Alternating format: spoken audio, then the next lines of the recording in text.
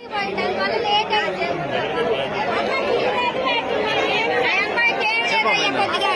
లేదు, పొలాలు లేవు, ఏమీ లేవు. మేము అద్దె పక్కన ఉండాల్సి వస్తుంది. అద్దెలో పోండి ఖాళీ చేస్తున్నారు. అసలు మాలాంటి వాళ్ళకి ఎప్పుడో ఇల్లు కావాలి, రాకుండా చేశారు ఊరు పెద్ద మనుషులందరూ కలిసి. నాకు పాప మీరెంత బతకాలి, ఏం చేయాలి?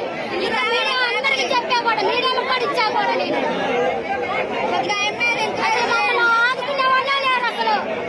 నాకు పాప కూడా వికలాంగుల పాప కూడా పుట్టింది. ఆ పాపని ఎట్ట చదువుకోవాలి, ఎట్ట పెంచుకోవాలి, ఎట్ట చేయాలి? మాలాంటి ఇల్లు ఇప్పిద్దామని లేదు అసలు.